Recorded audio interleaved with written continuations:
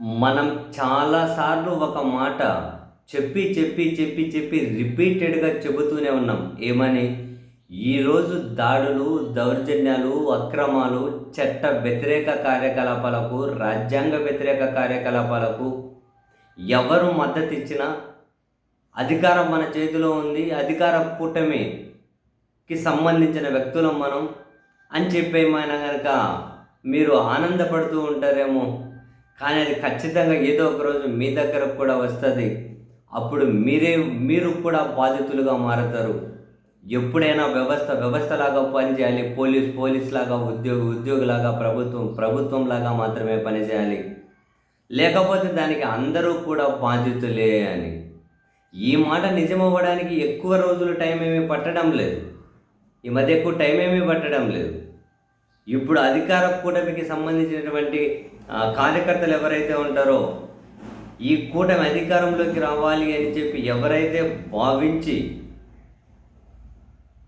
వీళ్ళకు పనిచేసి ఉంటారో, వాళ్ళు ఇదే సర్కార్ చేతిలో బాధితులుగా మారుతూ ఉన్నారు.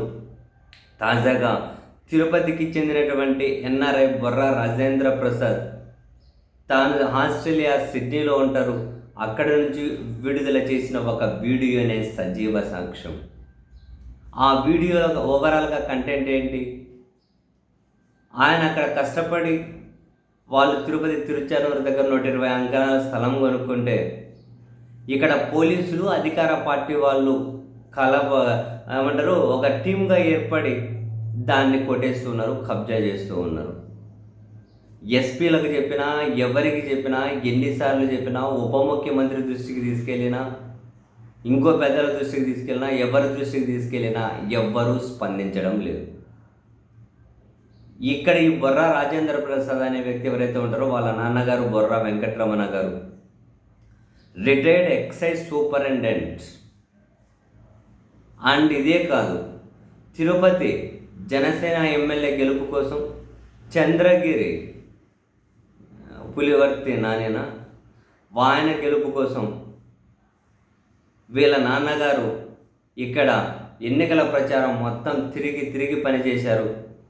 ఈ టీడీపీ జనసేన కూటమి గెలుపు కోసం ఈ బొర్రా రాజేంద్ర ప్రసాద్ ఆస్ట్రేలియాలో మొత్తం తెలుగు వాళ్ళ దగ్గర తిరిగి ఫండింగ్ ఏర్పాటు చేసి ఇంకెన్నిసార్లు ఆ క్యూఆర్ కోడ్ పెడితే నాగబాబు గారు ఈయన స్కాన్ చేసి డబ్బులు పంపించారో తెలియదు, కానీ ఆ గెలుపు కోసం పనిచేశారు. తప్పుగా లేదు, ఎవరి గెలుపు కోసమైనా పనిచేయచ్చు, ఎవరినైనా నమ్మవచ్చు.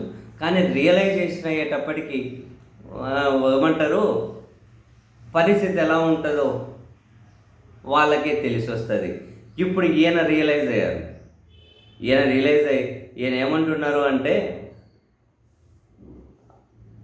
ఏపీ మరో బీహార్లా అయిపోయింది.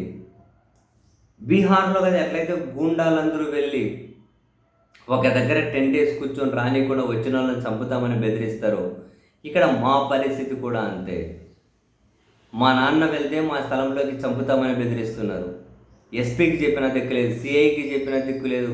నేను ఇక్కడ ఆస్ట్రేలియా టీడీపీ ఎన్ఆర్ఐ ప్రెసిడెంట్లు, జనసేన ప్రెసిడెంట్లు వీళ్ళతో ఒత్తిడి తీసుకొని వస్తే ఏదో నామకే వాసే సిఐ 2 సెక్షన్లు, ల్యాండ్ గ్రాబింగ్ సెక్షన్ లేదు, క్రిమినల్ యాక్టివిటీస్కి సంబంధించి లేదు, ఏం లేకుండా వరకే నామకే వాసే 2 పనికిరాని సెక్షన్లు పెట్టి ఎఫ్ఐఆర్ రాశారు. అడిగితే ఇంతకుమించి ఏం చేయం, ఎవరికి చెప్పుకుంటారో చెప్పుకోపండి అంటున్నారు. ఇటువంటి వాళ్ళగా మేము ఓటేసి అధికారంలోకి రావాలని చెప్పి నాకు సిగ్గనిపిస్తుంది. ఎక్కడ ఎన్ఆర్ఐ భూములు కనిపిస్తే అక్కడ వాలిపోతూ ఉన్నారు. బేసిక్గా మనం చాలాసార్లు చెప్పాము, ఈ ఎన్ఆర్ఐలు అనబడే వాళ్ళు చదువుకున్నారు, సమాజం గురించి ఆలోచించరు. వీళ్ళు కూడా కులాల ముసుగులోనో లేకపోతే మతాల ముసుగులోనో ఈ పిచ్చితో అల్లాడిపోతున్నారు వీళ్ళు. అరే బాబు, వాటిని దాటుకొని ఆలోచించండి. ప్రజలకు ఏం మేలు జరిగింది, ఏం మేలు జరగాలి అని చెప్పి ఇట్లా ఆలోచించరు. ఇష్యూ వీళ్ళ వరకు వచ్చేసరికి వీళ్ళకి సిగ్గేస్తుంది, వీళ్ళకు మరో బీహార్లా అనిపిస్తుంది. మీ వరకు వచ్చే వరకు మాత్రమే ఇది. ఇంతకుముందు ఏ ఎన్ఆర్ఐ స్థలము కబ్జా చేశారు అని చెప్పి ఎక్కడ మనం చూడలేదు, ఈయన అంటున్నారు. ఇంతకుముందు ఎన్ఆర్ఐ స్థలాలన్నీ కనుక ఏమి ఇబ్బంది లేదు, ప్రశాంతంగా ఉండేటివి. ఎక్కడున్నా మేము ప్రశాంతంగా ఉంటేమి. ఇప్పుడు ఇదేంటి ఇది? పనిచేసిన వాళ్ళదే రౌడీలను పంపించి మేము పోలీసులకు చెప్పే కొద్దీ అక్కడ ఎవరో రాజా అనే వ్యక్తి అట ఆ రాజా అనే వ్యక్తి మేము పోలీసులకు చెప్పే కొద్దీ మరింత రెచ్చిపోతున్నారు, మా నాన్నను చంపుతామంటున్నారు. ఇదంతా పోలీసులే ఉండి ఆడిస్తున్నట్టున్నారు వెనకలా అని అంటూ ఉన్నారు. మాకు మాకు దిక్కెవరు అంటున్నారు. చాలా పెయిన్ఫుల్ పాపం. ఆయన రిలీజ్ చేసిన వీడియో కూడా చూడండి. ఆయన చాలా చాలా పెయిన్ఫుల్లే, మనం కాదనం.